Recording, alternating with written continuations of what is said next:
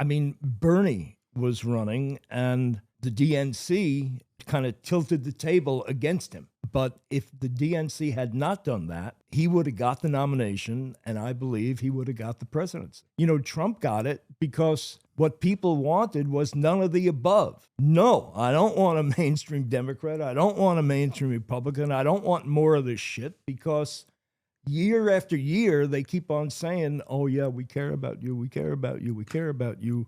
But year after year, things get harder and harder and harder in the richest country in the history of the world.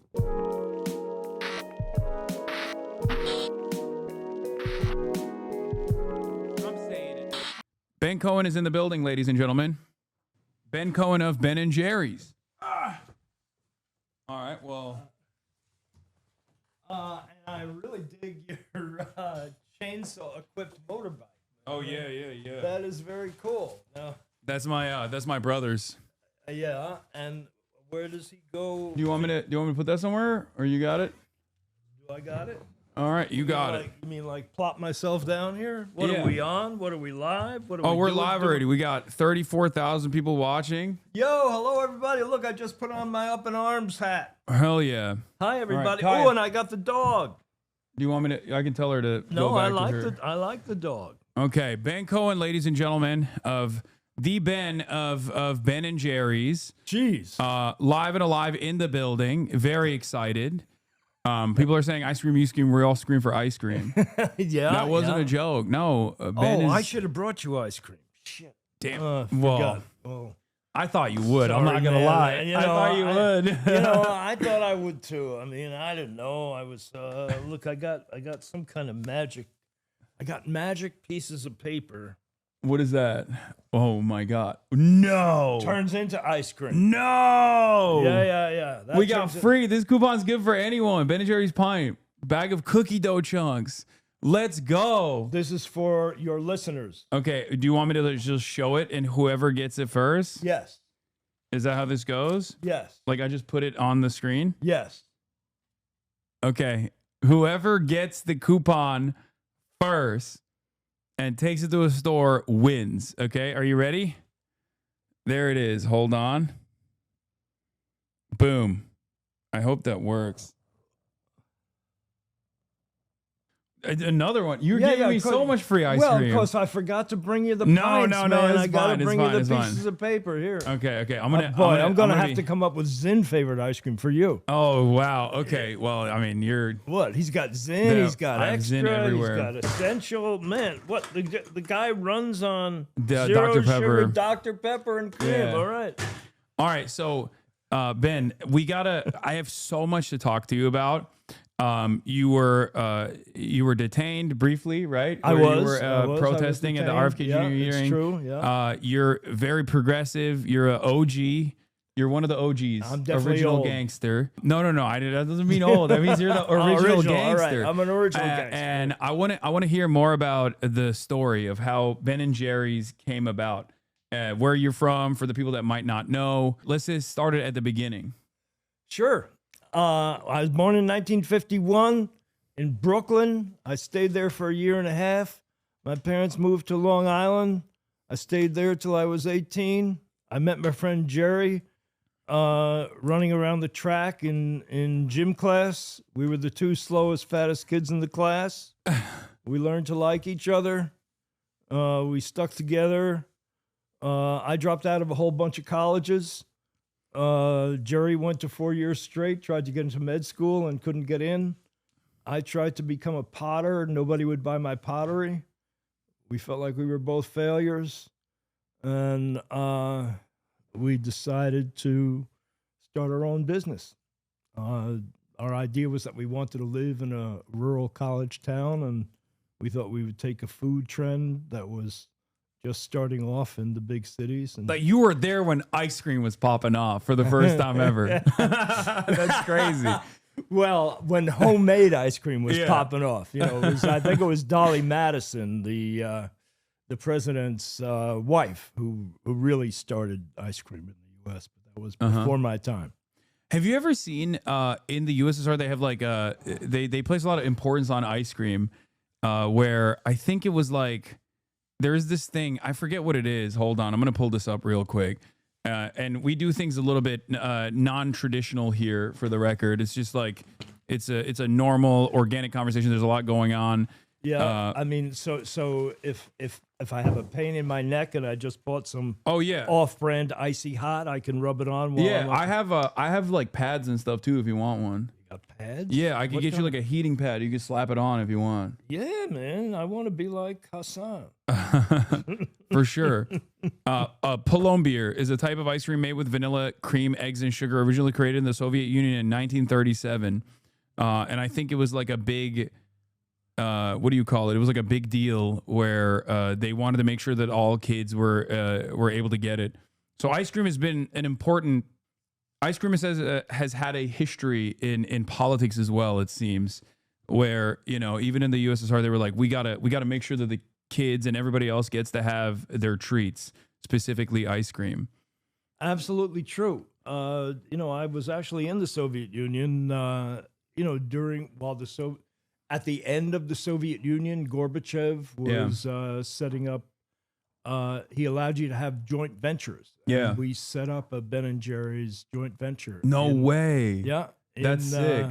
That's like in Karelia, the Russian state of Karelia. Wow. Wow, that's amazing. Petrosavodsk. It's right on the border with Finland. Let's see. Okay, that's never mind. That's whoa, jeez, what the heck was that? That's just Reddit, Ukrainian conflict. But what is this? Okay, never mind. All right. That most of it is just like about Ukraine.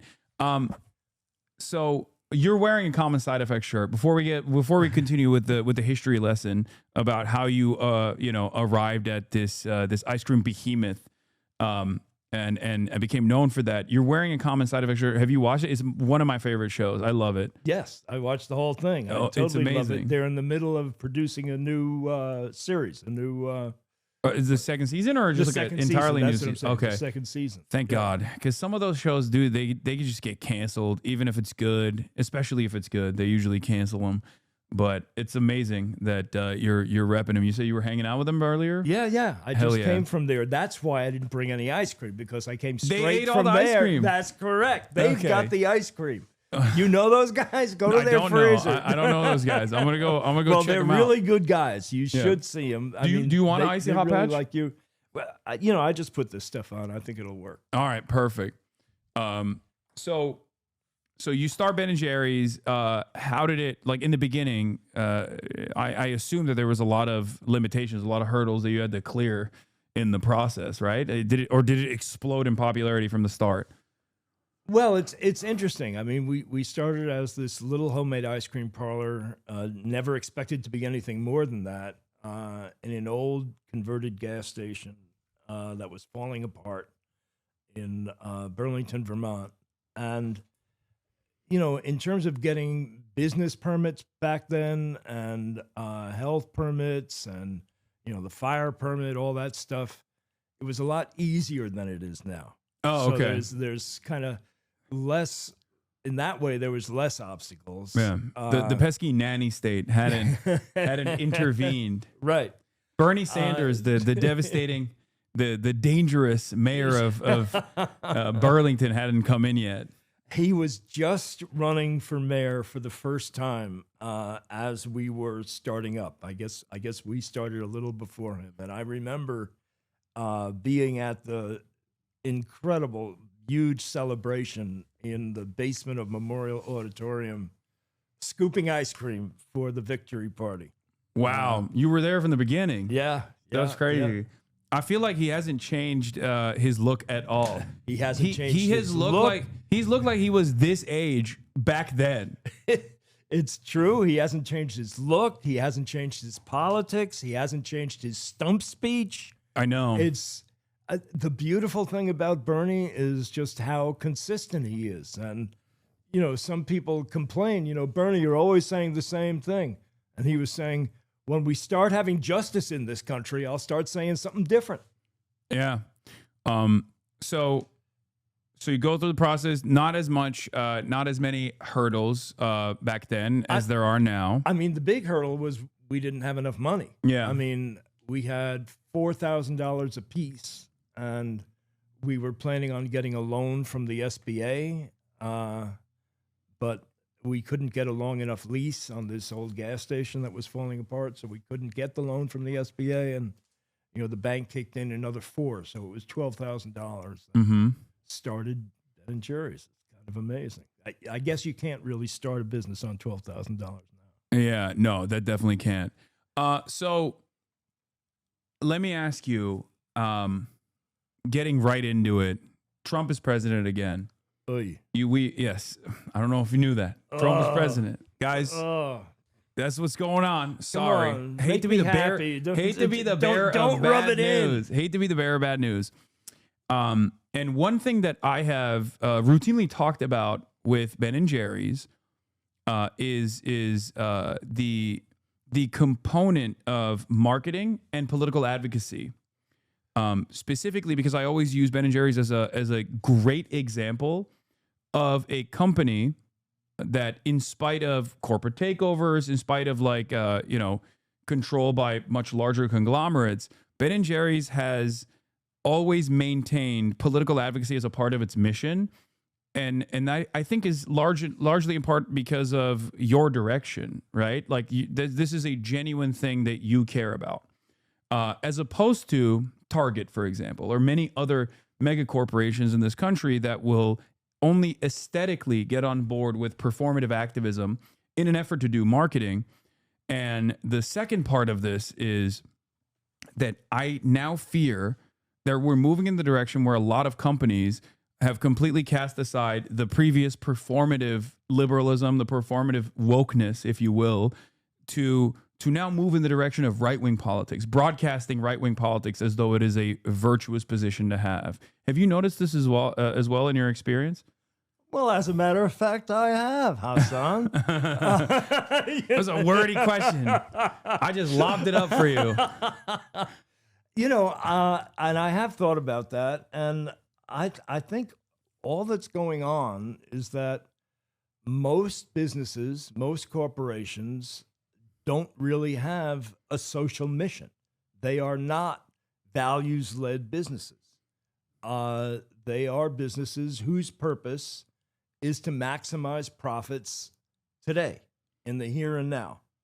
And so, think about it. I mean, if you're a business and your only purpose is to maximize profits today, you go along to get along. If the current president says X, you say, yeah, baby. If he says Y, you say, yeah, baby. And if he says Z, yeah, I'm on board with that. Yeah. Because they don't have a heart, they don't have a soul, they don't have a spirit. And that, I think, is the interesting thing about Ben and Jerry's. It's a business, it's a thing, but it has a heart and a soul and a spirit. And it's the idea of being values-led, not profit-led. Values-led is a term that was coined by Anita Roddick, who started the Body Shop. So, the Ben and Jerry's mission, and, we went through a lot of difficulties in order to get to this point. There was a lot of internal dissension. There was external criticism, but the Ben and Jerry's mission is a 3-part mission. So we have a social mission, we have a product quality mission, and we have a financial mission. And the interesting thing about them is that they are written horizontally to make the point that no one of them comes before the other. They're all interconnected. And staying true to those missions is what keeps Ben and Jerry's Ben and Jerry's. Yeah. You mentioned that there was some struggles that took place in the process. Do you want to elaborate a little bit on that? Sure. In the early days, the struggles were mostly internal. I would say, let's take a stand on a particular issue. for instance, peace. Let's Dangerous prospect. An ever-present danger to the military-industrial complex. You're speaking a dangerous language, sir. Let's suggest that the government take 1% of the Pentagon budget and use it for peace through understanding activities between the U.S. and the former Soviet Union.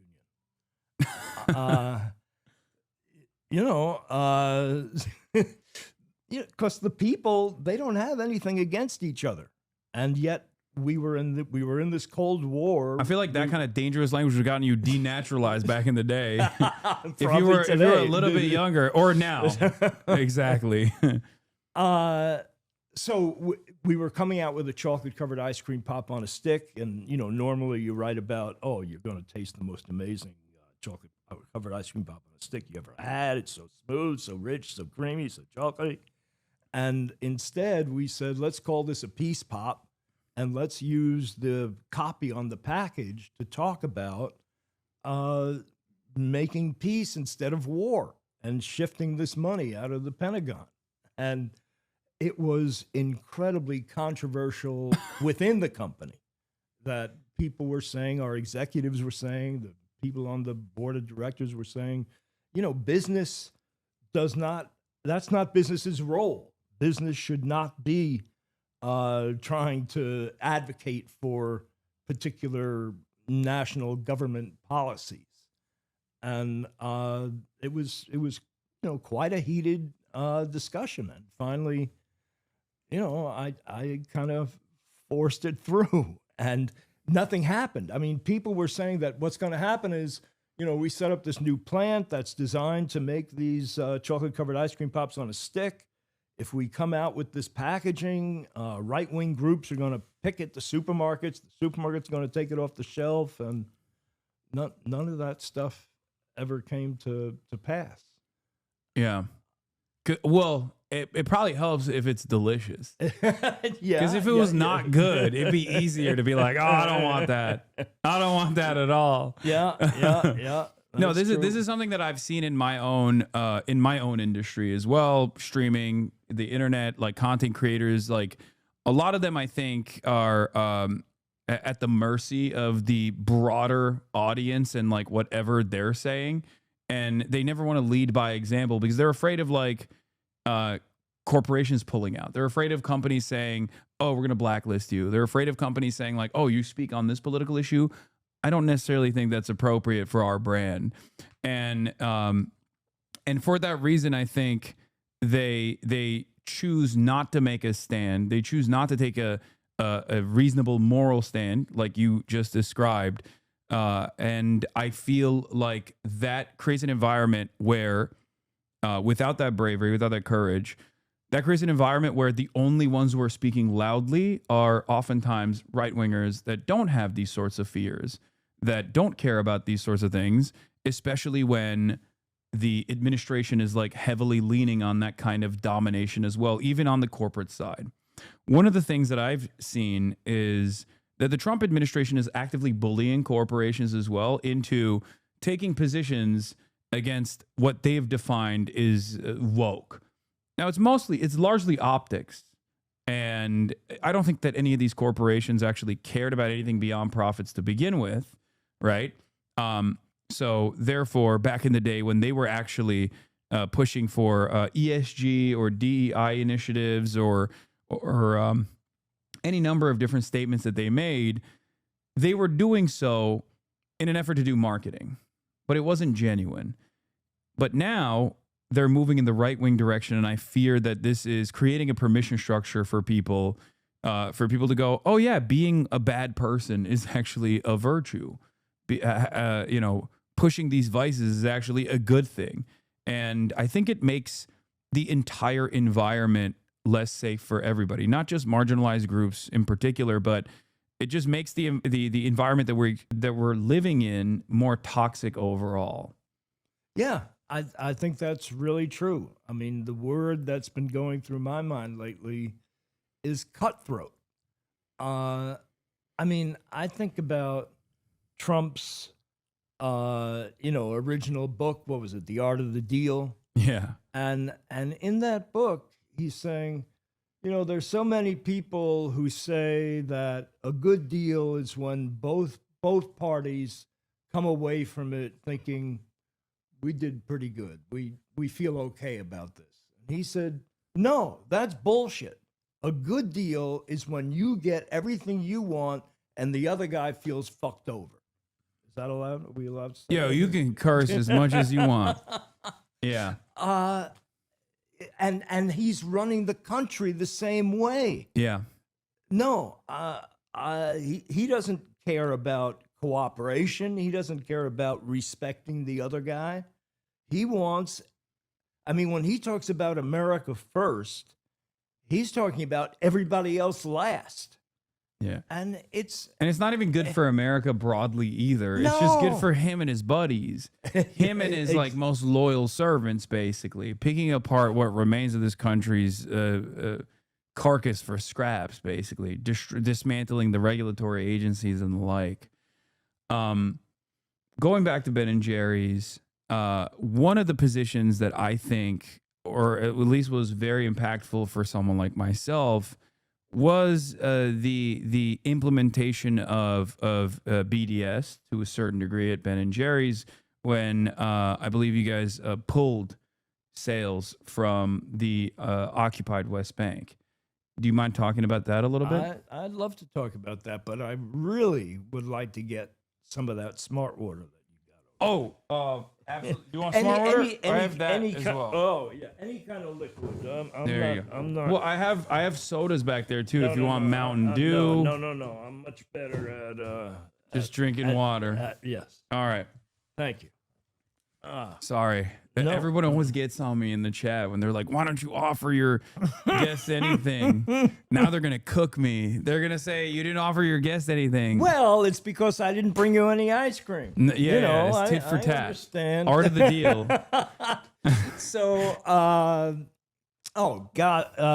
the Israel. Yeah. So I want to be clear that we did not, what we were doing was not BDS. What is that? Boycott, divestments, and sanctions. Boycott, Yes. divestments, and sanctions.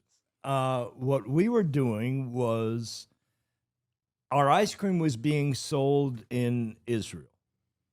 It was being sold through a licensee that was also manufacturing the product there. And we told them that we don't want our ice cream being sold in the West Bank because we disagree with how Israel is treating people in the West Bank. And somehow or other, the ice cream showed up in the West Bank. Mm-hmm. And we went back and forth on that for a while, and eventually we said, hey, we really mean it. You need to pull the ice cream, not sell the ice cream in the West Bank. And so then we refused to renew that licensee's contract on that basis. And so the ice cream was not sold in the West Bank, and Unilever, who is the parent of Ben and Jerry's, owns Ben and Jerry's at the moment, was doing a lot of other business in Israel, many other brands, many other products, and Israel kind of came to talk to the Unilever guys, the top Unilever guys. They call the managers. Right. And they said, if you don't take care of this situation, we're going to kick you out of Israel, for all your products, all your businesses. And so what Unilever did was they sold the rights to Ben and Jerry's to an Israeli, and now Ben and Jerry's in Hebrew. They didn't sell, you can't write it in English, but is now available anywhere in Israel or the occupied territories, I guess. And But it's not called Ben and Jerry's. Is in some Hebrew? It's in Hebrew. It's Hebrew letters that I Interesting. guess are pronounced Ben and Jerry's, but that was illegal according to the terms of the contract, the acquisition agreement that was made with Ben and Jerry's when they bought Ben and Jerry's. Ben and Jerry's has an independent board of directors who is responsible for the social mission and the essential integrity of the brand, marketing, and the product quality. And so that move by Unilever usurped the power of the board. And so the board sued Unilever, and there was an out-of-court settlement, and now the board is saying that Unilever did not live up to the out-of-court settlement, and so they're suing Unilever again. Oh wow! So Okay, that's the. I didn't know this was still ongoing. That's the current. They're like, no, the West Bank has to get Ben and Jerry's. They were like, they're adamant. I mean, this is a part of, I think, a much broader, much more complex influence peddling operation that has taken place in America to basically get as many people on board, or to completely diminish like some of the most violent aspects of Israel's occupation over the course of the past 80 years. Do you want to talk a little bit more about that specifically, considering that you were also protesting against the Trump administration as well on this issue? Because I don't know, were you there with the Code Pink people, or were you there separately? When I was in D.C.? Yeah, when you're in D.C. We were there separately, but Code Pink was being very supportive. Yeah, and they were very. You know Medea Benjamin? I know her very well. She's the goat. I love her. She's great, and so she was very helpful in terms of getting me into that committee hearing. Oh, she's the best at that. Yes, I don't know how she does it. I don't know how she does it either, because for decades now. They ought to know who she is by now. No, she just finds a way to sneak into everything. Well, I guess it helps to be kind of small. Yeah. Yeah. So, but Code Pink was also very helpful in terms of creating the video. When I was being walked in zip ties down the hall, it was Code Pink that was prompting me with the right questions and doing the videotaping. Yeah. I guess it's not taping anymore. Video filming, video clipping. They're good with clipping. That's what the Zoomers say now. They say clips. Clips? All right. Yeah. Video. They were clipping. They were clipping. Yeah, you had here another thing that a Zoomer was saying. I'm 34, but like a younger generation would say you had aura. That's the new term. What, if you're old? No. 34? When you're doing something cool, you have aura. Aura. You had a lot of aura. All right. That's what they say. All right. That sounds good. Yeah, you got the clip. Well, you got aura too, man. Oh, I think we got aura together. We're blending our auras. You got the OG aura. You got the young G aura. I'm not. My audience says I'm unk. So they say I'm old. You're like really old? Yeah, they say well, I'm what old. the hell am I? You're at that point. You're ancient. That's why you're OG. You're OG. OG. There's Unk and then there's OG, and you're OG status. So do you want to talk about your experience in general? You're Jewish, and I am. You grew up in Brooklyn, and then in Vermont as well. And I was wondering like how your opinion on Israel evolved throughout time, if you don't mind me asking. No, be my pleasure. After I slurp. Yeah, go ahead. Kaya, place. So I went to when I was in like elementary school. I went a couple of afternoons a week to a thing called Center Island Jewish School. This and it was mostly teaching you about Jewish culture and teaching about how Jews had been discriminated against and teaching you the Jewish songs and the dances and the holidays. And they also taught us about Israel. And what we were taught was that, after World War II, the Jews needed a homeland, a place they could feel safe, and it was Israel. Israel was created for that purpose, and it was this really shitty land in the desert that nobody wanted and nobody lived on, and that's what they got. And Yeah, then, a land without people for a people without land. And then the Jews, with the help, the Jews who moved to Israel with the help of the international Jewish community, ended up creating this very vibrant, highly developed society and culture. And what we were told was that the Arab countries, the Arabs who lived around them, were kind of jealous of that culture, that development, that quality of life, and so they made war on them. Yeah.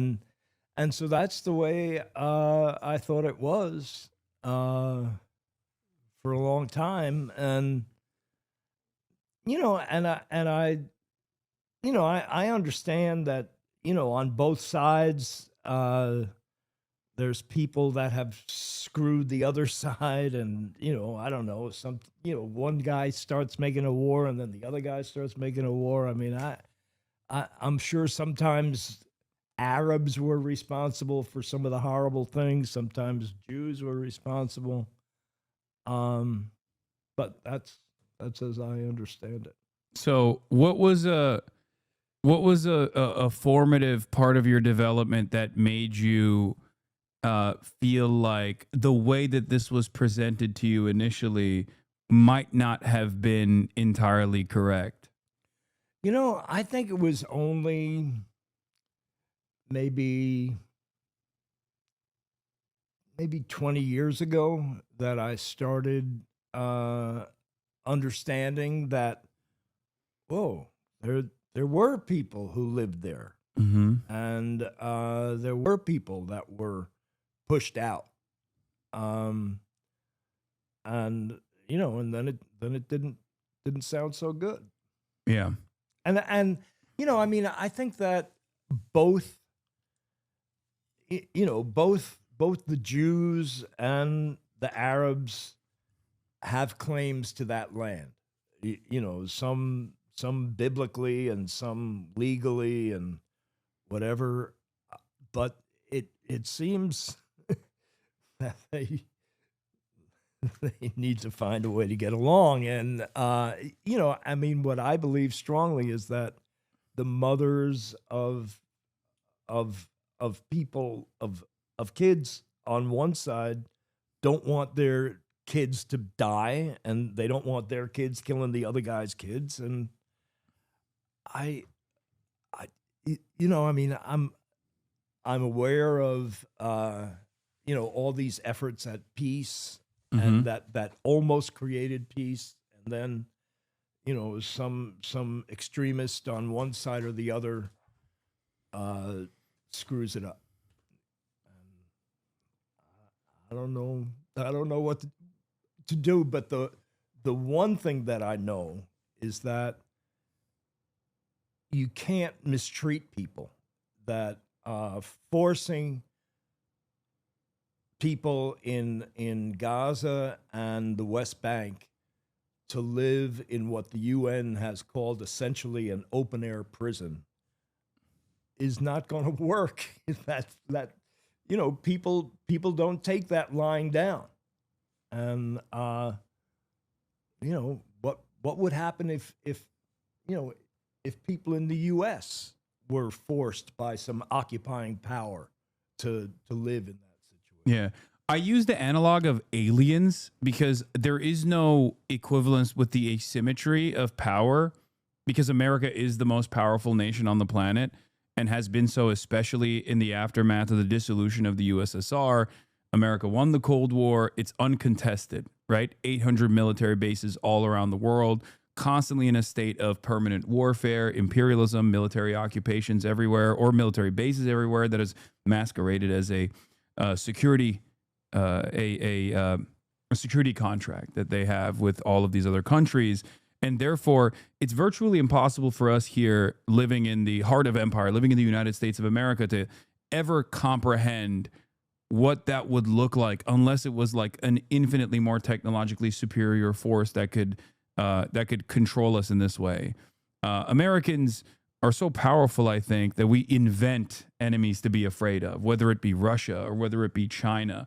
We invent people to be afraid of that could do to us what we've done to the rest of the world. But you're absolutely correct. If there was some kind of superior force that came in and displaced a lot of Americans in the same, ironically, the same way that we did to the indigenous population on this land originally, and then partitioned off different segments of American soil and created a stateless system that had no contiguity for Palestinians or for the Americans in this equation, of course people would fight back. It's the perfectly understandable position, one that is actually reflected by even former Israeli heads of state and even current contemporary Israeli heads of state, whether it be like the heads of Shin Bet and numerous other people that have openly recognized, if I was born on the other side of that boundary, I'd be fighting too. I'd be a terrorist. I'd be exactly the guy that they call it, that I call a terrorist right now. So I think our understanding of it here in America is very very outdated, and that's, I think, partially because of the experience that you reflected on just now with like your schooling, and it's not just about the way American Jews are educated on Israel. It's just broadly the way that Americans are educated on it, especially like Christian Zionists, for example, in evangelical churches get a very different theological justification for why Israel must belong to Jewish people and Jewish people only in an effort to trigger the rapture. So there's different facets of American society that have a lot of political power that have been taught that this is a moral battle, good versus evil, and you have to support the good guys in this process. And yet, I would say in the past 22 months, the societal attitudes, even in the Western world, has broadly shifted in the exact opposite direction. Do you feel like that will lead to a more meaningful conclusion? As someone who has been aware of this for 20 years plus now, especially, do you feel like societal attitudes have shifted? Well, it seems like just in the last month, more and more people around the world and in the United States are understanding that what Israel is doing, aided and abetted by the United States, is mass murder. Call it slaughter, call it genocide. I don't think it matters much which term you use, but it's intentionally, massively slaughtering people. And no, it's the moral issue of our time. Yeah. And the people of the world say this is horrible. This needs to stop. We will not allow this, and yet the leaders of our countries go against the population and continue to kill, mothers, fathers, sisters, brothers, sons and daughters, families just like ours in some other country in our name. That's what gets me about it, is that they're doing it with my money and in my name. Yeah, absolutely. I do feel like the changing societal attitude, at least, is like going to cause a generational divide that hopefully will lead to better outcomes for the Palestinian population down the line. Of course, they are running out of time. They don't have time at this moment. One thing that I've noticed, and I'm wondering how you feel about this, is that this has become such a moral stain that is so undeniable, that's so undeniably wrong, that it's almost making people in the Western world question whether we have a real democratic process at all. Do you see that as a warning for American politicians in general? That, like, if they don't pack this up? Absolutely. Yeah. We do not have a democratic process. We do not have a democracy. We do not have government of the people, by the people, for the people. We have government of the money, by the money, for the money. And we so, I mean, a big part of it is we need to get big money out of politics. But, the most hopeful thing that I'm aware of is Mamdani, winning the primary in New York. And, he ran on, on a platform that says, let's take care of the actual everyday needs of people. Let's make it so that they can afford to have a decent place to live, that they can afford to buy food, that they can have a decent, livable wage.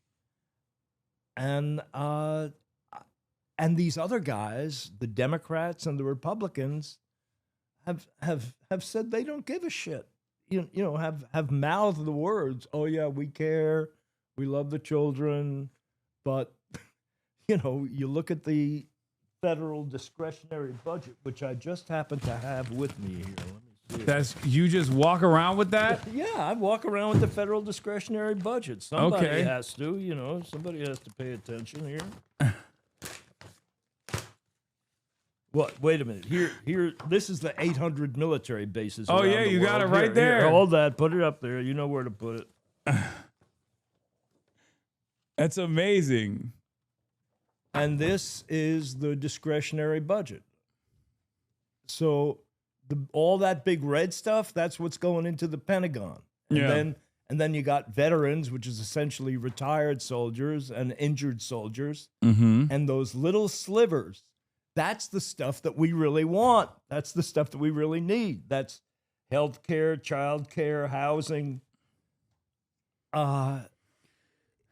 education. It's absurd. So let's talk about Up in Arms. You got the hat on. I got the hat. Yeah, I got the hat. And you got some pamphlets with you. I got this shirt because I was just with those guys, but I was going to wear this shirt, but I'm giving it to you. Oh, wow. Thank you so much. Congratulations. They gave me a shirt. I give you a shirt. It's kind of like passing it along. Hell yeah. Thank you. Yeah. So what's Up in Arms' mission about? So Up in Arms is a campaign to get the issue of federal budget priorities, of taking care of the American people, of reinvigorating the American dream, making it possible to achieve the American dream by shifting money out of the Pentagon into those things that we care about. So the idea is to get that to be an issue in the upcoming presidential elections in 28. Yeah, that sounds like scary talk. Someone's got to keep funding Raytheon. Why don't you think about the what would you say to people who say, why don't you think about the poor shareholders that need a permanent state of warfare to ensure that their shareholder value keeps going up year over year. I'm telling you, those stock prices are rising humongously as we conduct these wars and as we continue to give weapons to all these different countries. They just love war. The small war business is good business. Yeah, small business of Raytheon, Lockheed Martin, Boeing, Northrop Grumman, and many others. Now also we have the tech bros that are moving in this direction as well, because they realize that's like the last part of the imperial coffers that they could raid, with very limited repercussions, if any at all. And you can have these expansive budgets and constantly drive up costs. But of course, so I think of it as these pigs feeding at the trough. So right now you've got the legacy defense or weapons manufacturers, Lockheed, Raytheon, the ones you talked about, and they're all taking up the whole length of the trough. And now you got Palantir and all these silicon, Anduril, right, trying to shove them out, trying to nuzzle their way in because they want to be sucking up all those bucks. Yeah, no, absolutely. So do you feel like the Democrats are actually going to push back against this? Or do you feel like where does the lack of interest from the Democratic Party overall come from in terms of saying the things that you're saying? Because I would say that you are by no means a radical. I would say that I definitely have a lot more radical, probably a lot more radical opinions that some Americans might not even initially get on board with it. But this is not radical at all. This is very reasonable, right? This is an incredibly reasonable proposition to do right by others. I think it might have been Eisenhower who said, every dollar being spent on a bomb could be spent on books, or it could be spent on bricks to make houses here. And yet we spend it over there. We spend it on weapons of war instead. How do we get back to that mentality?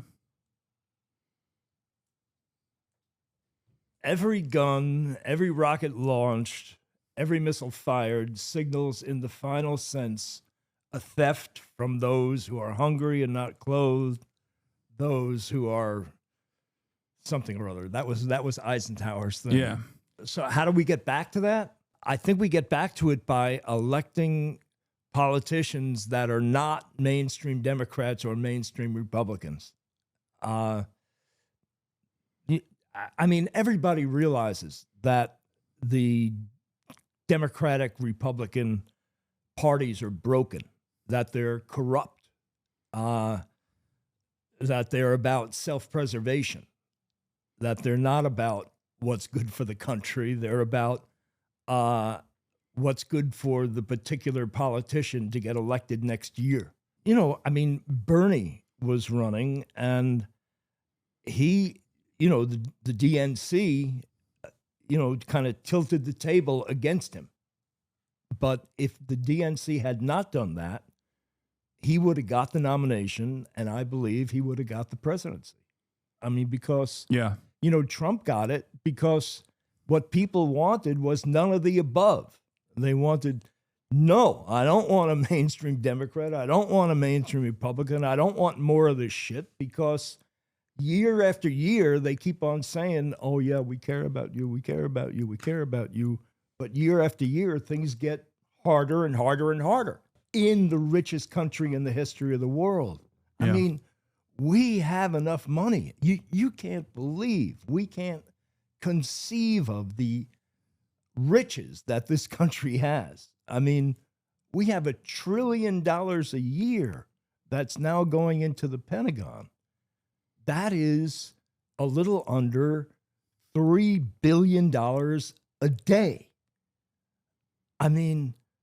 Just on nuclear weapons, we're spending over $100,000 a minute. What could you do with that money? For Al Franken's joke is just Jesus would not cure the lepers unless they were in their network of coverage. That's how he operates. You don't understand. American Jesus is very different. I mean, it's a cliche at this point, but yeah, if Jesus came back to the United States of America, they'd probably kill him. They'd be like, "You're a Mexican communist. Yeah. Get out of here. What are you talking about? That woke stuff." You know, we have. I mean, I think that's just like aesthetics anyway. I don't think any of these guys actually truly are believers, or at least they believe in a very distorted version of what they perceive Christianity to be, prosperity gospel, and in an evangelical format. It's a permanent state of war, not helping the poor at all. It is a permanent state of war. I mean, how can you possibly say that we're at peace if we're spending $1 trillion a year on weapons, on the military? I mean, we're not at peace. We're preparing for the next war. Yeah. It's absurd. I mean, is this really the best our leaders can do to solve problems by killing our brothers and sisters in other countries? Yeah. But again, I think it goes back to the profit. It goes back to the profit incentive, which is that It totally goes back to this is the one industry. I mean, there are other countries out there who spend far less in their military development that end up doing far more in terms of developing their countries. There's many reasons to criticize China, certainly in their own internal affairs. They've done a litany of things that I personally find unfavorable.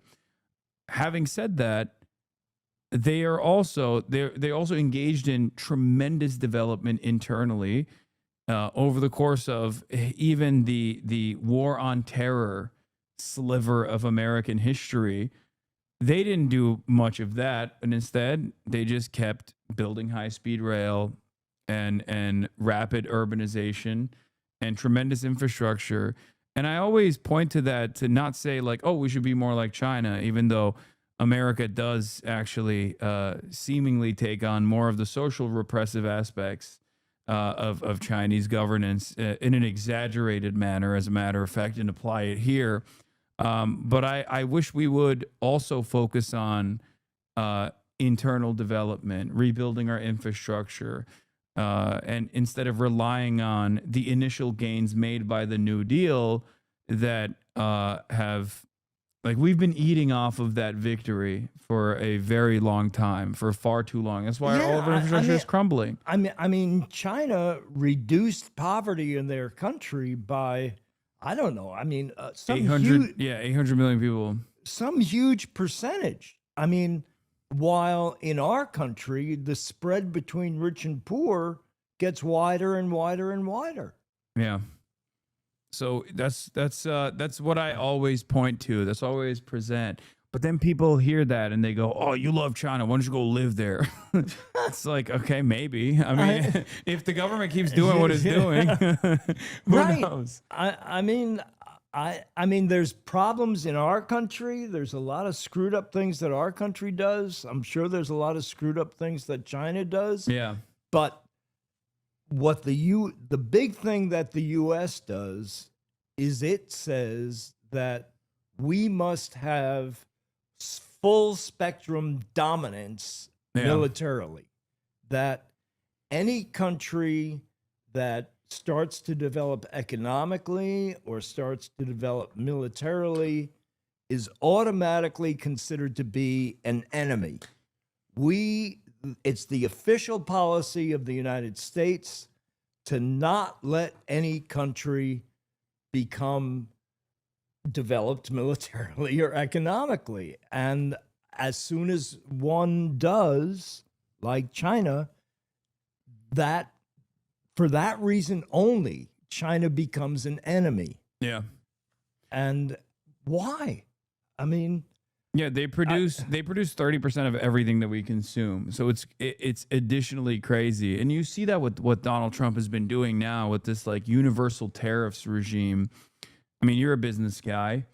I was wondering what your take has been on the way this like almost Nixonian madman theory posturing that Donald Trump has implemented in terms of global trade, even though we designed it in a way that benefits us, benefits the American consumers, where we just basically hand off IOUs to the rest of the global South, and then we extract their natural resources and also their incredibly cheap, incredibly affordable labor that we've kept to a reduced level in perpetuity. Now Donald Trump is saying, for no real discernible reason, we need to restructure global trade, and we don't have the manufacturing base, I don't think, to protect some kind of domestic manufacturing.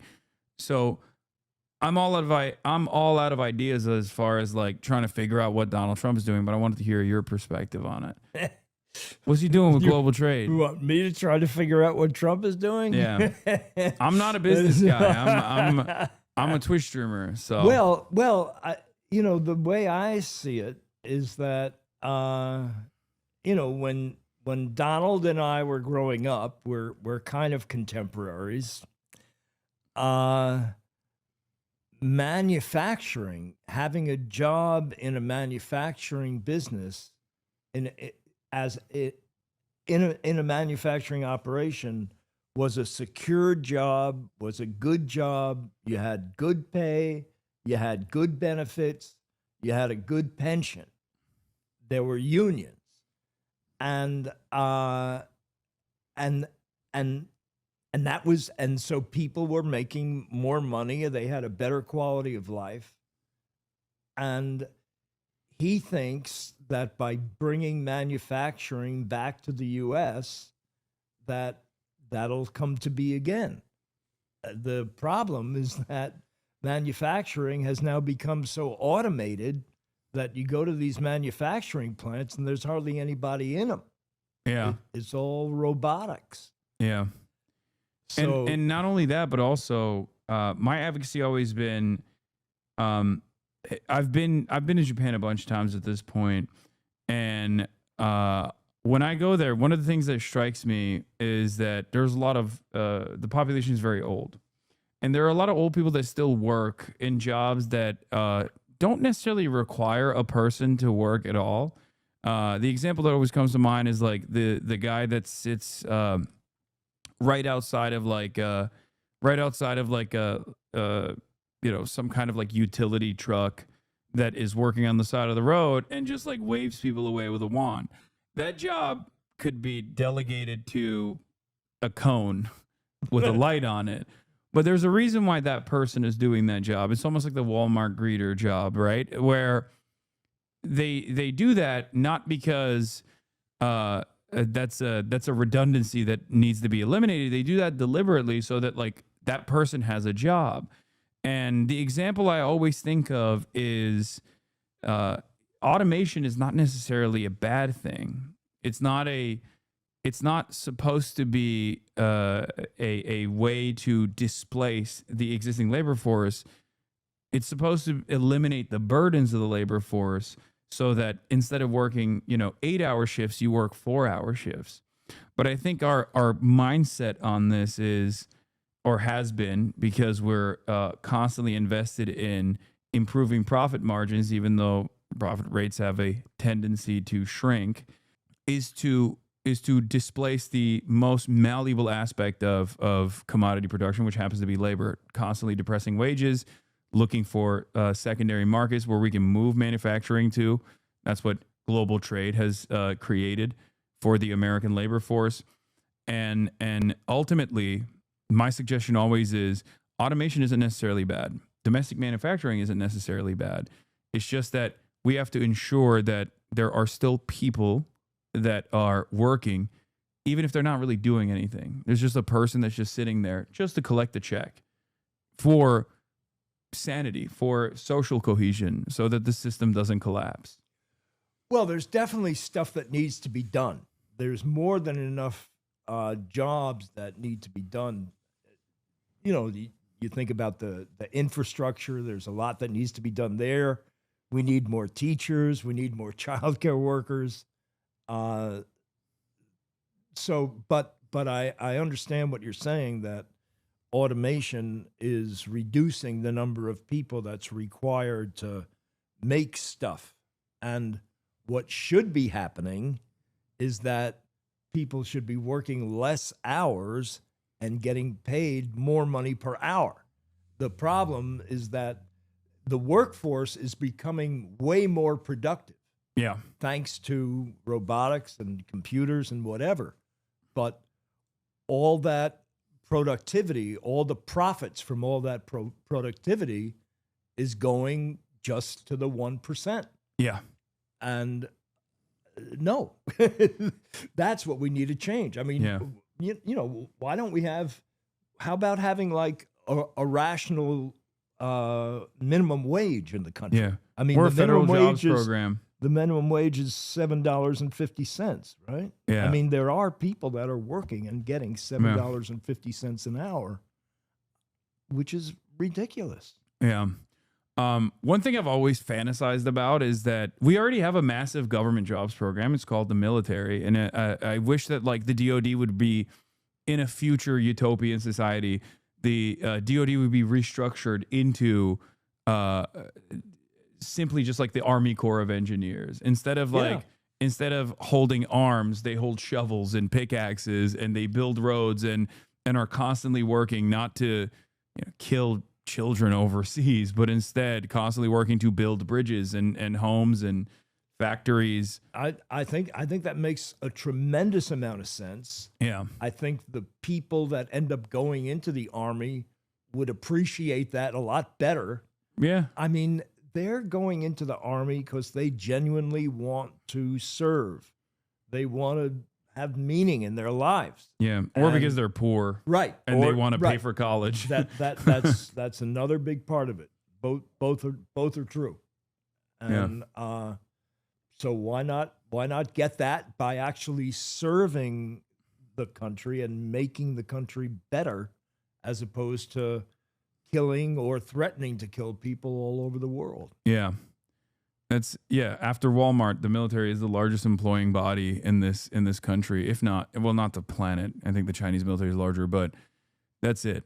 And I don't know what it will take to have this kind of like dramatic restructuring, this redesign, because I feel like what I see from American politics has been this endless sea of cruelty and lack of interest in moving this country in a positive direction.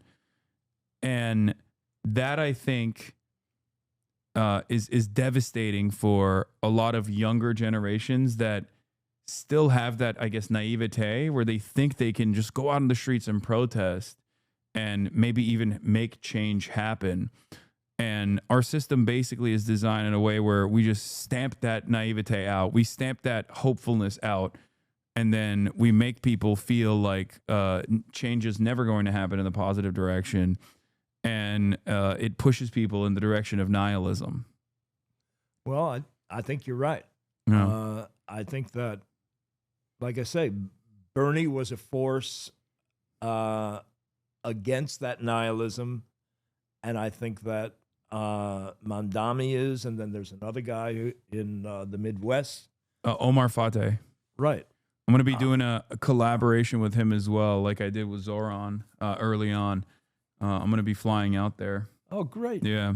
That's beautiful. But and so I think what Up in Arms is about getting the issues that we're talking about into the presidential debate. And and the big hope is that we're going to establish a constituency of voters that are going to say, hey, I'm going to vote for a candidate who's talking about making America a more compassionate place and meeting the actual everyday needs of our people instead of shoving it all into preparing to kill people all over the world. If we can get a constituency of people like that, someone's running for president, he wants votes, and he or she, and that's a way to shove them in the direction that we want them to go in. But I mean, when you talk about nihilism, I mean, what? You can either fight it or you give up. Yeah. Or you say, you either fight it or you say, okay, I'm in a country that's going to screw a whole bunch of people, and I'm going to keep paying my taxes, and there's nothing I can do about it. That's the case. Well, and I'll tell you, you mentioned young people. There's this group called Dissenters. The website is wearedissenters.com. And they are amazing. They're organizing on college campuses. They're multiracial, they're multigender, they're working on exactly this same issue. And that's what we need to do. Yeah, we need to rise up and continue pushing back, no matter what the letter is next to the congressperson, because I feel like a lot of people find themselves falling into the team sports mentality, and they think like, oh well, the Democrat is they're good by design. Definitionally, they're like morally better. And while there is truth to that, if you compare all of the policy outlines of the Republican Party versus the Democratic Party, certainly there are plenty of instances where the Democrats are not as bad as the Republicans, and yet they still actively, in my opinion, especially we saw this with the Kamala Harris campaign, they run in the direction of the Republicans, and then they end up reiterating Republican policy from 4 years prior that they had run against. Kamala Harris did this with immigration, for example, and so did Joe Biden. Joe Biden ran on a promise of, in the first 100 days, that he was going to push for amnesty for all of the non-citizens that have been living on U.S. soil. Conditional amnesty has always been more popular than mass deportation, and yet that never happened. They completely dropped that. And of course, the Republicans never stopped pushing lies that immigrants were not simply people trying to make an honest living in this country, that play an incredibly important role in the American economy and in the social fabric that binds us, that keeps us together, are active members of our communities and a part of American culture, but instead violent parasitic forces that must be removed using Nazi style rhetoric. And then the Democrats looked at that. They looked at the polls and they saw that the societal attitudes were shifting in the direction of white nativist anti-immigrant sentiment. And they said, oh yeah, well, they're right. Immigrants do constitute a national security threat. We are going to be the adults that actually do the border wall. Trump is not serious about building the border wall, which I thought was such an ineffective way to advocate, to win an election, by just conceding on a major issue to your opponent on their strongest issue. Yeah, I totally agree with you. And what strikes me about the immigrants coming to this country, if you look at the history, they're mostly coming from countries that the United States fucked over in one way or another. Yeah. I mean, either we overthrew militarily their governments. Read Smedley Butler, who talks about how war is a racket and how he was overthrowing governments. And, this guy was the most decorated Marine back in his time. And he's talking about he was doing it all for the banks, for the big banks, and for the big corporations. Yeah. And that's the other thing, of course, is that like there's no problem with immigrants coming here, but like if you even wanted to in a positive manner make sure that the host nations were like or the nations where people are coming from were livable and habitable, then you would stop interfering in their affairs and instead only positively intervening. And by that I mean like actually help rebuild their infrastructure and allow these countries to thrive. Exactly. I mean, I came here. I'm very privileged. I am an American citizen. I was born on U.S. soil, and I am what is known as a anchor baby.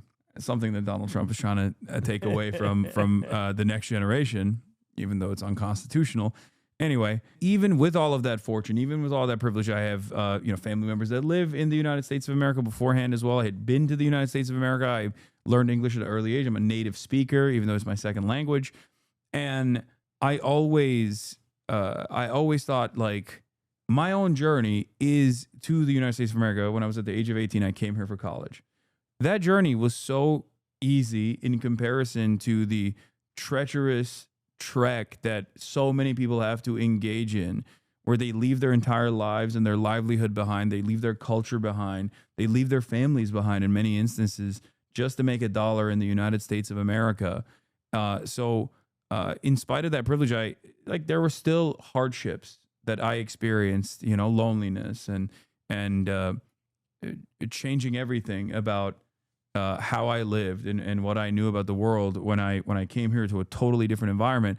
So I always think about like how people who are far less fortunate than myself came here, and that's what gears me to advocate for migrants in general and the humanity of migrants in general, and to advocate for amnesty in general. Because like, I just can't understand how people look at all that and think, no, these guys are actually here to, destroy the country or something. Yeah. What I don't understand is what is the problem with immigrants? I mean, how are they making our lives any worse? I mean, yeah. I mean, my understanding is that unemployment is really low in the country. They're not stealing our jobs. It's jobs that Americans refuse to do. Mm-hmm. And they pay taxes. I just don't understand what's the issue. It's just scapegoating because if you don't address no one wants to address the real problem, which is corporate consolidation and endless greed and endless war as a consequence of endless greed. And therefore, they have to look for new villains. I mean, we already know historic examples, like in Nazi Germany, where they presented the villains of society rather than addressing the root causes. They turned around and scapegoated Jewish people and political dissidents like socialists, trade unionists, communists. Said it was Jewish Bolshevism that was the real threat to the superior German culture that was, destroying it from within with degeneracy. A lot of these points of propaganda are damn near identical and have never really changed all that much for Republicans since the aftermath of World War II, I would say. We very quickly engaged in the Cold War, and in that process, I think we just never really gave up our fascist tendencies. And here we are. I think it's like unfolding. The logical conclusion of all of that enmity is the Trump administration. Yeah, I think that's exactly right. And I think what's missing, and I think what is, I don't know, an intrinsic part of the American people is compassion and spirit and a soul of and empathy. I mean, they're starting to say that, empathy is a really bad thing. You should. Yeah, I can't believe that they're just being whole ass villains. That blows my mind. People, because empathy gets in the way of give it all to me and fuck everybody else. Yeah, we don't care about those other people. Fuck them. They say violent empathy or toxic empathy. Right. That's crazy. It's just, I call it vice signaling. Because conservatives used to say like, you're virtue signaling, which is, signaling that you're more virtuous than you actually are. The underlying premise is you must be faking it, right? But it's still basically is an admission that like the thing that you were advocating for is virtuous. Nowadays, I think conservatives are vice signaling, where they they say things like suicidal empathy or toxic empathy, and actively push for toxicity, actively push for more violence and more harm to others. It turns into this incredibly weird, immoral proposition that they're running off of, which is like being a bad person is actually a virtuous thing. It's a good thing. Right. And I don't understand how people don't see it. That's the horrible part. I mean, I think that most people believe that there is some kind of spiritual aspect to our lives. As you give, you receive. As you help others, you're helped in return. And it's the same for countries. As you give, you receive. As you help others, you're helped in return. I mean, the major way that the U.S. interacts with the world, especially now that, Trump has cut off, the measly aid that we used to give out. Yeah.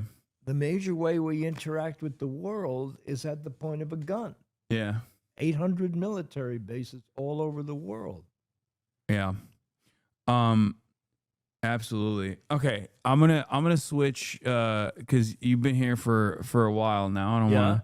I want to take up more of your time, and thank you so much for coming on. My pleasure. This has been a wonderful conversation. We got to switch gears and talk about ice cream.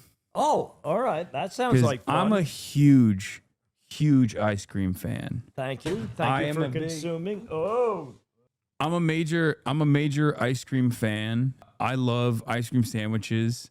What do you think about, because I know Ben and Jerry's did like low calorie ice cream for a little bit. I don't know if you guys still do it. Yeah, I think that was a passing fancy. Yeah, it was so it's forced on us by our corporate parents. So parents. you're not on board with that. What do you think about all of the protein infusion with like there's this like new wave of all forms of like treats being all forms of treats I don't having like a believe lot in of it. protein. I You don't don't believe it? it. Oh no. I believe a treat should be a treat. I Okay. believe ice cream should be rich, creamy. I think it should be that there should be calories to it. There should be butter fat in it. You're just not supposed to make it your meal for 3 meals a day. One meal a day is okay. I mean, I once worked on this caloric daily intake thing where, if you only substitute a pint of ice cream for 1 meal a day, Mm-hmm. You could eat lettuce and rice the rest of the time and you'd be fine. Yeah. Damn it. This was all a trap. I brought you in here so I could convince you to not only You brought me in here because you thought I'd bring you ice cream. Yeah, well that, but then also I brought you in here because I thought I could convince you to not only do low calorie ice cream again, but also on top of that do protein ice cream. Oh God! I need my protein. But ice cream is supposed to be an indulgence. I know. It's supposed to be. It's like I was once at some restaurant in France, and some other American tourist is at another table, and he's giving his order, and he'd say, "Can you hold the butter?" That's crazy. And the chef comes out and he says, "What are you, crazy?" Right, just like you. Okay, that's crazy. That's crazy. You're right about that. No, I get that. I'm just, I like to put protein into every meal that I have because I need a lot of protein. All right. I'm a big boy. Shake it on the top. Use protein sprinkles. Okay. That's what I'm gonna do. Where instead of convincing you, it seems you're an immovable object. That's correct. On this is no, and I'm not into tuna fish ice cream. I'm not into chicken ice cream. I'm not into any of those savory ice cream things. No, I would never. That's no. That's a bridge too far. That's a bridge too far for sure. But it's just. I mean, protein. That's close to chicken. You can make it. You can make sweet protein. A lot of the protein is sweet. You put a little bit of whey in there. Okay, ice cream sandwiches. Best version of consumption, I think. What do you think? Well, I'll tell you my secret pleasure at Ooh. night. Okay. It's mostly good after, between 10 p.m. and 1 a.m. Vanilla ice cream on wheat thins. Oh, wow. Open faced. It is sweet, salty, crunchy, creamy. Whoa. It's everything you've ever wanted in an ice cream. That's sandwich. brilliant. Yeah, I never thanks. thought about that. Thanks. That's amazing. Yeah. Okay. Yeah. Hell yeah. Really That's good. a game changer. People are going to try that. People are going to try that after this and be like, damn. And wheat thin sales are going to shoot through the roof. They know. You got a lot of listeners. That's why man. you're OG. Okay. Is it, I don't know if this is like asking you to pick through who's your favorite children, but like, do you have a favorite flavor of Ben and Jerry's? I move around, but I stay with Chubby Hubby, New York Super Fudge, Let me look this up. Cherry Garcia. Yeah, people were saying Cherry Garcia, they like that. There's also this thick mint that has this really large, thick chocolate disc on the top of what they call chocolate ganache, I believe. I think that's really good. Oh, yeah. Oh, they're saying fish food. Fish food. Fish food is the last flavor that I was personally involved in. Okay. I will say, I think chocolate chip cookie dough on top forever. Yeah. I'm a huge, I am a loyalist of chocolate chip cookie dough. It's because when I was younger, I think my parent, I loved eating chocolate chip cookie dough, and my parents told me, I don't know if it was a lie or not, but they were like, oh, you'll get worms or something if you eat the cookie dough. And I still ate it. Good work. I would still go in the fridge and I just eat the chocolate chip cookie dough. I even prefer it almost to like a cookie. I love a chewy cookie, but chewy chocolate chip cookie, but cookie dough is my thing.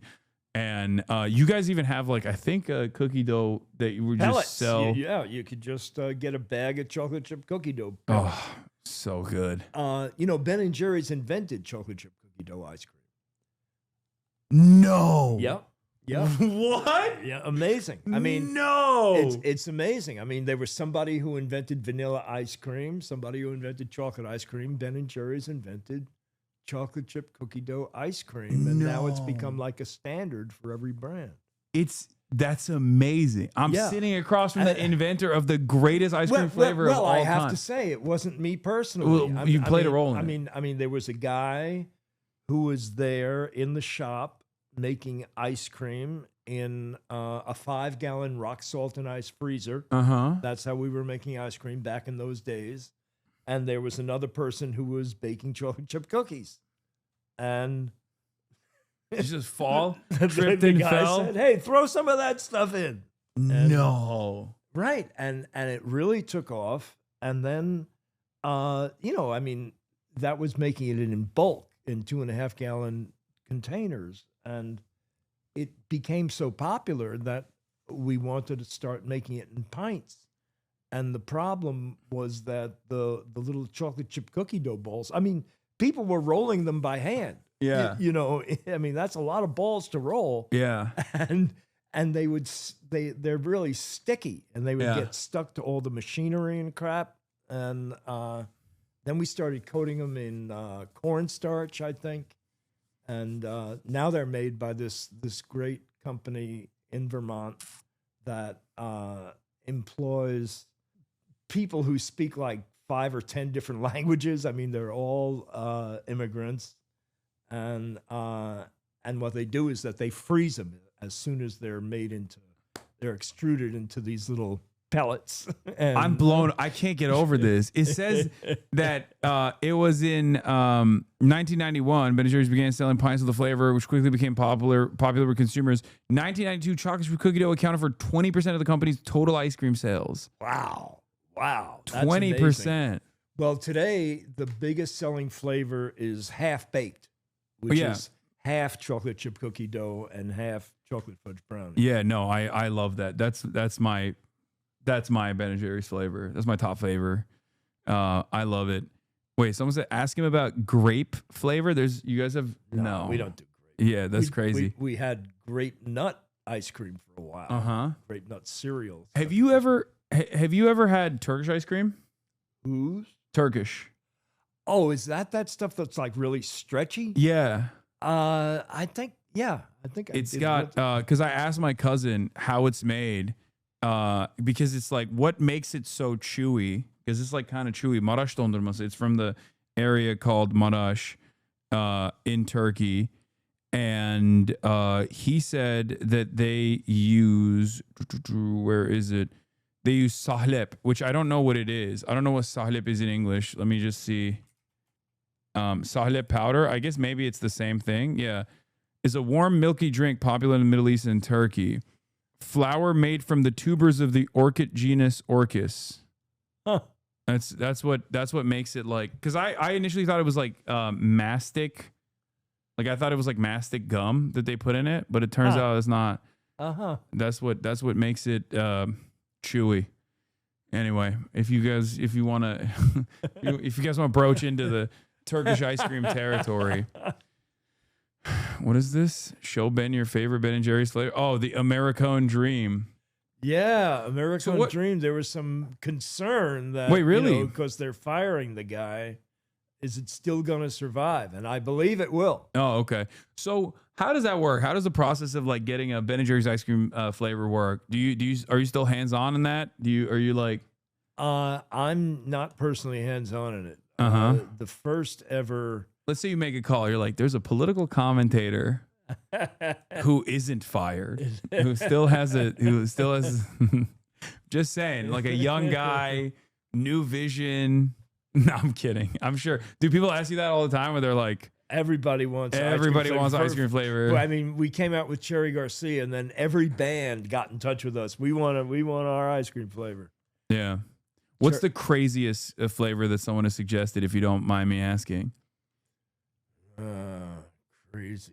Crazy flavor. Nothing. Well, they keep on suggesting these savory flavors. Oh, that's the new thing that they want? Why would anybody want savory? I don't get it. I just don't. If you want savory, use wheat thins. Put a wheat thin underneath the ice cream. Exactly. Yeah. What about pistachio? Do you guys have a pistachio flavor? We do have a pistachio flavor, and there aren't that many ice creams that have a pistachio flavor anymore. And yeah, which is interesting because like that's huge in Turkey, but then again, there's a lot of pistachio in Turkey. Right. What? Yeah, we have a pistachio flavor, and what is some other flavor that you don't? Oh, we have Chunky Monkey. Chunky Monkey, banana flavored. Yeah. And you can't find another banana ice cream anywhere. I don't think. I mean, banana ice creams, they used to be yellow. Yeah. But or this is really OG. I feel like they don't do that anymore. Tutti Frutti. Yeah, that is very OG. No, I was not like a big fan of it. I've never been not either. I don't know why. I've always felt like fruit flavored ice cream is a bad take, I know, but it's just not for me. Well, I mean, during my day at Ben & Jerry's, we found that we were not able to sell any fruit-flavored ice cream unless we added chocolate to it. Oh, okay. Yeah, that makes sense. Well, I mean, I guess like strawberry cheesecake is the only one that I make an exception for because it's a cheesecake. Right. Right. Well, someone said rum and raisin. I don't like rum and raisin. But again, that's just me as my own personal preference. It's an old-time flavor. Yeah. We had rum raisin for a while. Yeah. That's interesting though. Like I guess the palates change over time. Yeah, Chubby Hubby was kind of one of the first sweet and salty things. And then there's been there was a real sweet and salty craze. Yeah. I mean there's a company called Salt and Straw. Yeah, I know that does specifically that, where it's like everything that they do is like very salty, very rich. Huh. That's probably why a lot of people are asking you to do more savory stuff.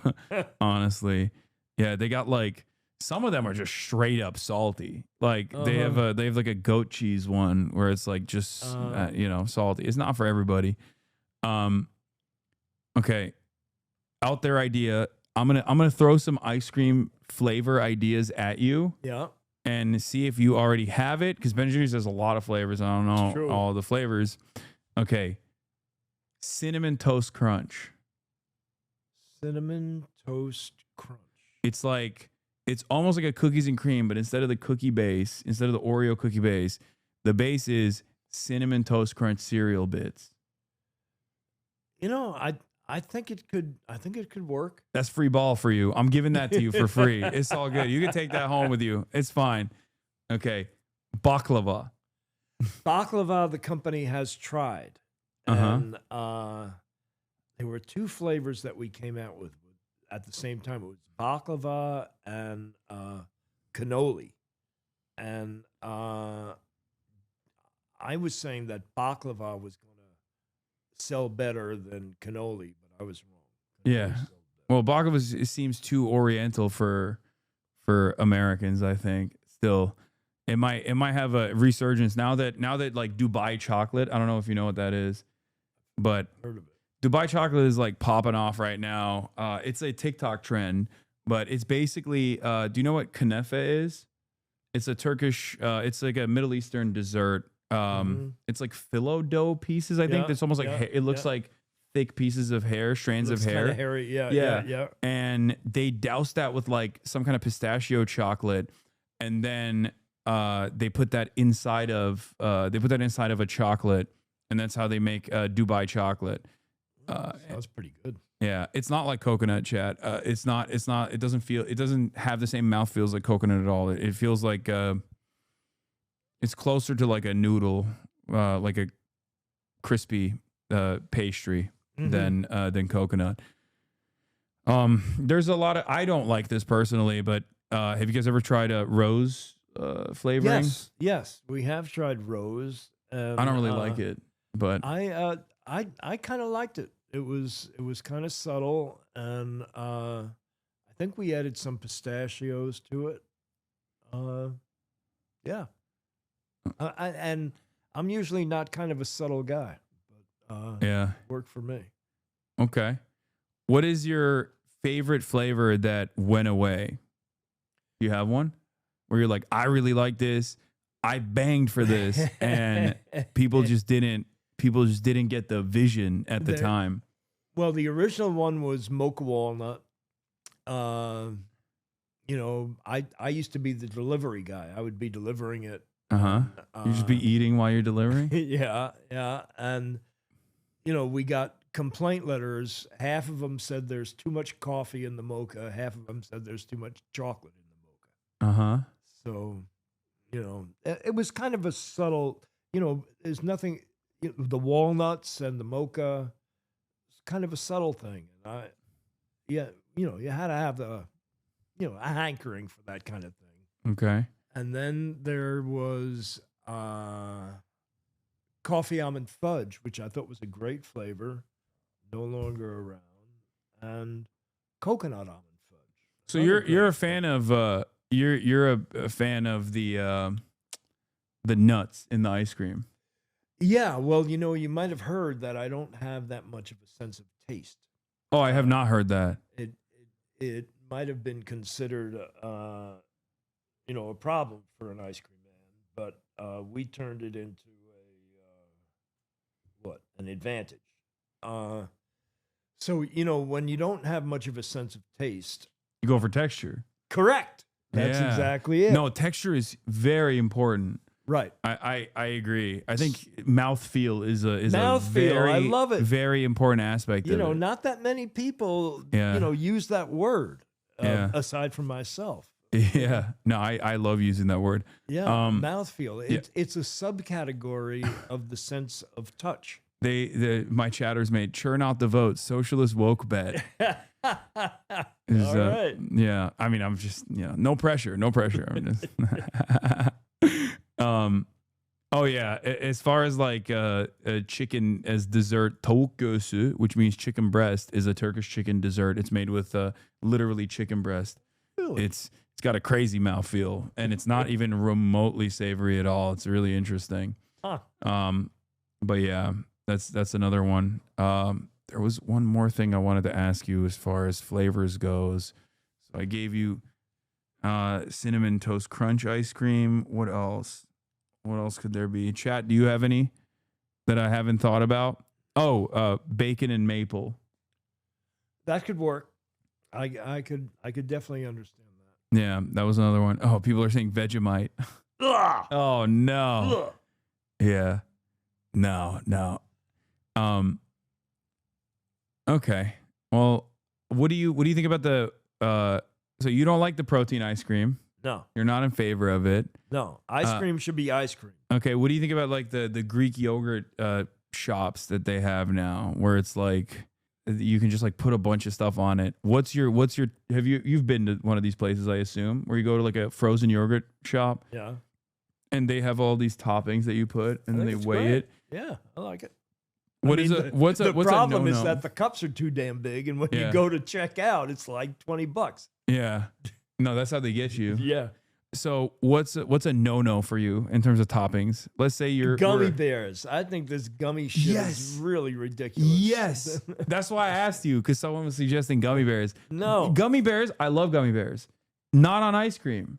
They get cold and hard. they get hard. Yeah. And it changes like the mouthfeel of it all. Right. It's not gummy anymore. Yeah, it's not It's not good like on ice cream. A jujube.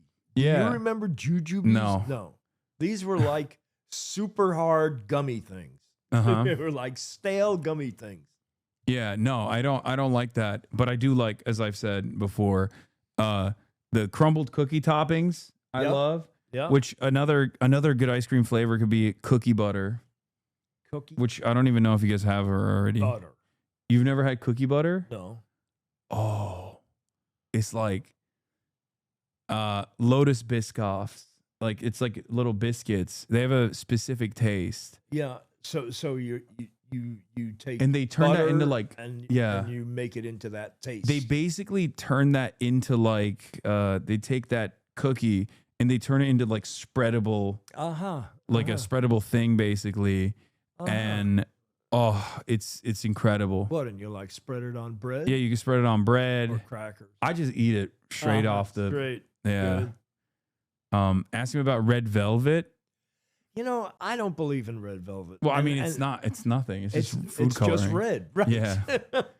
I agree. Okay, we're locked in on this. So yeah, red velvet believers, you're wrong. It's true. I don't know what it is. I still think it's different. In my mind, it tastes different, but I know it's not different. If that makes sense. Well, you know, especially for a guy who doesn't have a sense of taste, it's really not different. Okay, someone's asking Earl Grey tea flavored ice cream. Too subtle. I mean, well, you know, again, a guy who doesn't have a sense of taste, I can't tell the difference between all these different teas. Yeah, you just got to put sprinkle some nuts in there. Yeah. Tea and nuts. Okay. Well, Ben, thank you so much for coming on. It has been a was pleasure, amazing. dude. Thank You're you. beautiful. You're awesome. I'm gonna go grab some napkins. Yes. Fix the water damage here, but it's all good. No, don't worry about that. I got it. All right, that was Ben Cohen of Ben and Jerry's, ladies and gentlemen. Incredible guest. I hope you guys enjoyed that. I certainly did. Great honor to have him over. An OG. He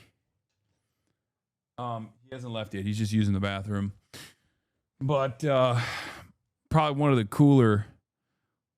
Yes, he's coming back. Don't worry. His bag is still here. And so is his cool and heat cream Lycodane.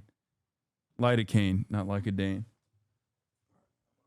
Do you want your Pentagon budget paperwork back so you can If you'd like to keep it around and use it, you can do that. Oh no, I mean you're using that to preach the gospel to people.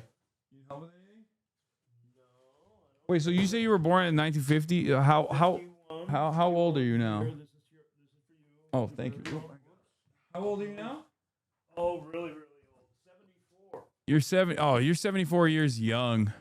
Yeah. And also you're very active. Yeah, I can get down on the floor. Yeah.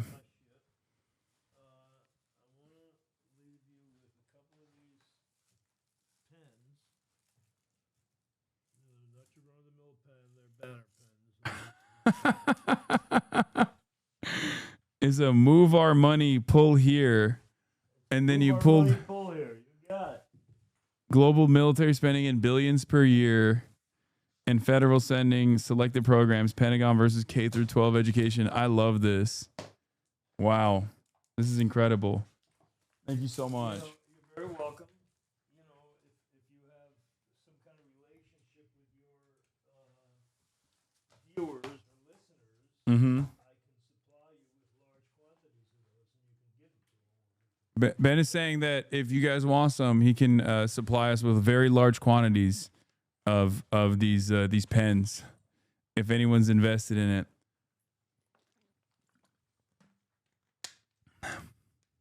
Yeah, we got drops. Finally, Twitch drops. What?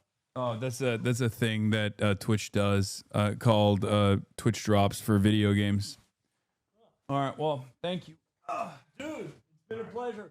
Thank you very much. amazing. Tell me what your brother is doing going around with that chainsaw on his motorcycle. Oh yeah, he's a sawyer. He got a sawyer license, so he can cut. How cool was that, huh? How cool was that? I thought the interview wasn't as contentious as it could have been. You didn't push him on protein ice cream at all. You barely presented an argument. I expect a bad input on a video on this too. Oh God. Oh God.